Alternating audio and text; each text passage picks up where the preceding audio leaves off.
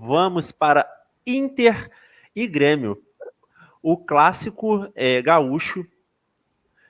Jogo este que teve gol de Ener Valencia, cara. O Ener Valencia que foi alvo de muitas ofensas racistas após o jogo contra o Fluminense. Ele perdeu muito gol, mas isso não cabe de maneira nenhuma o cara usar esse recurso para poder desmerecer o jogador e desmerecer, né? Tentar desmerecer, tentar ofender.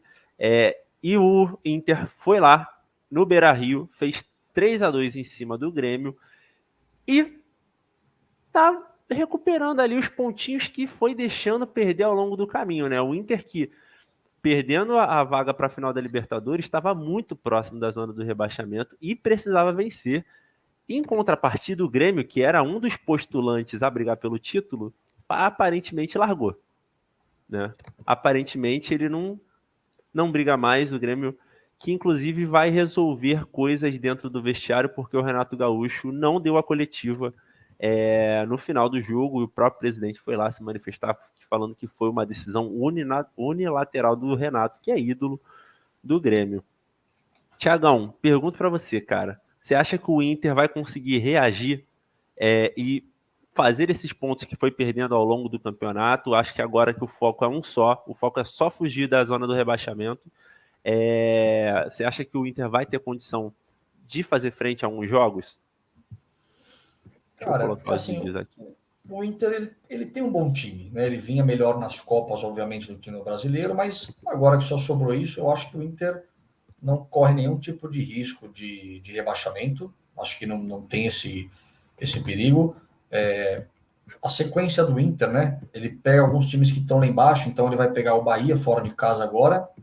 Ele vai pegar, se eu não me engano, o Santos em casa depois na próxima rodada. E ele fecha pegando o Vasco. Então, assim, ele pega 3 times que estão brigando pela zona do rebaixamento.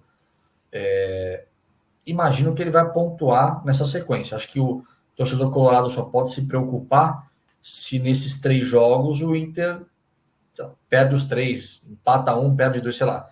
Aí começa a ficar meio estranho. Mas depois que você ganha um Grenal, cara, você tem muita moral. Fazia muito tempo que o Inter não ganhava do Grêmio. O Grêmio nos últimos jogos vinha castigando o Internacional. Foi uma vitória que parecia até que eu achei que seria um pouquinho mais fácil, pelo como se estava se desenhando o jogo, né? Começou 2-0, mas o Inter venceu o Grenal. Se recupera do baque da Libertadores, que realmente a forma com que ele foi eliminado para os torcedores do Inter foi assim muito dolorido mesmo, imagino. Mas eu acho que o Inter não corre muito risco, não. Desde que ele se saia bem nessa próxima sequência contra aí a briga com todos que brigam na zona do rebaixamento. Acho que o Inter vai acabar ficando meio de tabela ali. Imagino que belisca uma vaguinha para a Sul-Americana e é isso. Assim, não vejo o Inter também buscando lá em cima o G6, por exemplo. Acho que não tem mais como. Falando em G6, aí eu queria perguntar para o Fernando. Fernandão, você acha que o Grêmio vai pelo menos garantir uma vaga direta na Libertadores? Porque o Grêmio brigou muito para... Em muitos momentos era o principal perseguidor do Botafogo no campeonato. Só que parece que o Grêmio vai e perde força. Ele não consegue fazer o motor ficar na mesma frequência durante o campeonato inteiro. E agora a briga ali em cima, pelo menos pelas posições da Libertadores, vai ficando cada vez mais afunilada. E o Grêmio aparentemente tá deixando os pontos passarem também pelo caminho. O Grêmio, na sua visão, é um time de G4? É um time que vai para pré-Libertadores ou ele sai dessa zona? É um time que oscila muito, né? É um time que tá oscilando demais, somente agora. Mas é um time que tá acima da expectativa. A gente sempre falou isso. É um time que tava fazendo mais do que deveria, né? Mas é um time que oscila muito, né? E teve uma confusãozinha do Renato, né? Que foi embora ontem depois do jogo, não deu entrevista coletiva. O presidente veio ao público, falou que não era uma coisa que eles concordaram, que ele fez. Aí o Renato falou hoje que estava programado isso já, e todo mundo sabia. Enfim, uma confusão interna que vão ter que resolver lá no Grêmio. Eu só queria falar, o Thiago falou do Inter rapidinho, que o Inter, ele acha que o Inter não briga pelo G6. Cara, o jeito que tá todo mundo falhando, dando brecha, cara, o jeito, eu assisti o Grenal ontem, o jeito que o Inter jogou ontem, cara, me impressionou muito. Fiquei muito impressionado. Porque não vi o Inter jogar desse jeito nem na Libertadores. sabe? Toque de bola muito rápido, envolveu o Grêmio muito facilmente, vindo de uma eliminação do Fluminense. Então eu acho que ele me surpreendeu demais. Eu acho que se o Inter jogar desse jeito os jogos seguintes, inclusive os fora de casa, eu acho que o Inter ele pode beliscar, igual o Atlético fez, aquela arrancada, sabe? Que ele subiu bastante, chegou ali no 7º lugar, e podia estar em 5º ou 6º se tivesse ganhado do Curitiba ontem. Eu acho que o Inter pode beliscar alguma coisa assim, me surpreendeu bastante. Me preocupa o Grêmio só oscilar bastante. O Grêmio ele oscila muito, não sei aonde o Grêmio pode chegar, mas é que todo mundo ali tá oscilando, né? Então acaba ficando sempre na mesma posição. Mas eu acho que o Inter pode subir. Eu acho que o Inter me surpreendeu muito, de verdade. Achei que foi um baita jogo do Inter. O Ener Valencia joga demais. O Alan Patrick, então, nem se fala. Nossa, o Alan Patrick, é um time muito craque. bom. Muito bom. Muito bom. Assim, até pelo futebol que o Inter conseguiu desempenhar nas 2 partidas de semifinal contra o Fluminense, não era para o Inter estar ali onde está na tabela.